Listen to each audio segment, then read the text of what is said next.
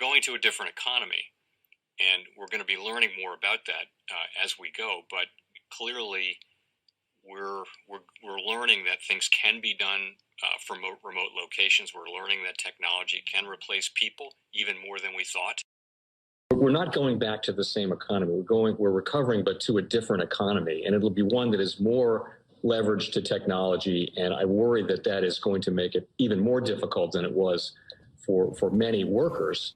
In Silicon Valley, and my friends who work in technology know that what we did to the manufacturing workers, we are now going to do to the retail workers, the call center workers, the fast food workers, the truck drivers, and then even bookkeepers, accountants, insurance agents, lawyers, and on through the economy.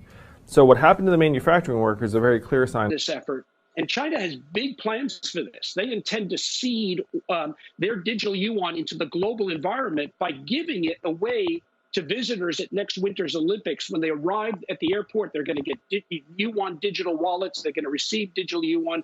They're going to use it throughout their visits to Beijing, and then they're going to take it back to their home countries. They see this as a huge advantage. Why? Because who controls the underlying protocols, who controls the underlying standards of the future of money will control the future of money. Yes. I think a lot of prices will unwind. Is transitory? I think it is. I know that's a dirty word now, but I think it is. And there are two other reasons I think it is. There are two very powerful, and one is bad. The good one is innovation. Innovation is inherently deflationary. And because we do the analysis using Wright's Law, we can tell you how deflationary. Just to give you a sense, artificial intelligence training costs are dropping 68% per year. Think about that. We've never seen anything like that. And artificial intelligence is starting really a technology war. The companies with the biggest pools of data, the highest quality data, the best AI expertise, with the best domain expertise in the genomic space, curing disease, and here's the incentive, so the human being has to set the goal and the reward system, but the machine's now just training itself. And those costs are dropping 68% per year. AI is going to be a part of every industry, and that's not the only one. DNA sequencing is deflationary, robotics is deflationary, blockchain deflationary. It's taking all the middlemen out of the equation. Massive deflation, which is going to hurt companies who haven't spent enough on innovation, but have leveraged up to satisfy short-term oriented shareholders who want their profits now and their dividends now. We got involved when it was a $6 billion market cap, and here's Art Laffer again in my life and in ARC's life. It was a $6 billion cap then. Now it's over $1 trillion, but we were asking the question, this was 2015, could Bitcoin serve the three roles of money? And we came to the conclusion that it was possible. Art Laffer collaborated. He tore our original paper up. And as we were going through it, he said, this is the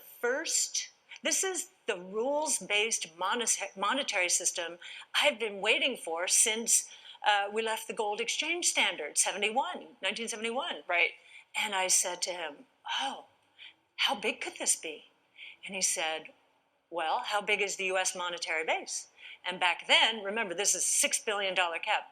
Back then, it was a $4.5 trillion monetary base. Today, we're at $8.5 trillion, and Bitcoin's at $1 trillion. And that's just one of its roles.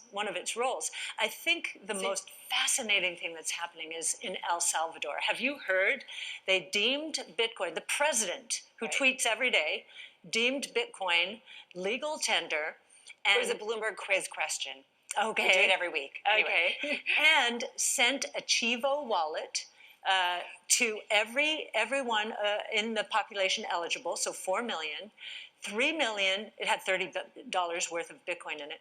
3 million have downloaded it. Only 1.2 million in that country have a banking relationship. So this is the new bank, digital wallets, and it's going to be true in this country, it's going to be true around the world. So all in. Welcome to the Crypto Teacher. And guys, I come back with that video just to make you think. And we have Cathie Woods from ARK Invest gives out the truth, nothing but the truth. And we know the truth will set you free. She said it out her own mouth. Automation is going to cause deflation. What I've been saying all along. Robots, algorithms, drones. Guys, it's coming. Right now, we're in hyperinflation. Then we go through hyperdeflation, where the masses will own nothing but will be happy. We know the crypto means what? The hidden message. And these cryptos are for the robots, algorithms, and drones. And how do I know that? Because I study the New World Order. And I know when it comes to the New World Order, it's all planned out. You have a wonderful day. The most powerful person in the world is the storyteller. The storyteller sets the vision, values, and agenda of an entire generation to come. Steve Jobs. And guys, I truly believe in this. When you look at the New World Order, they're the storytellers. And that's the reason why I wrote my New World Order book. But guys, now it's time to change the current generation. And I wrote 3 kids' books. I love the Trinity because I understand the power that's in it. So I have 3 books. We have an opportunity to change the generation, to educate, not just me, but I want to show you that I take action on a daily basis. And I want you to take action on a daily basis.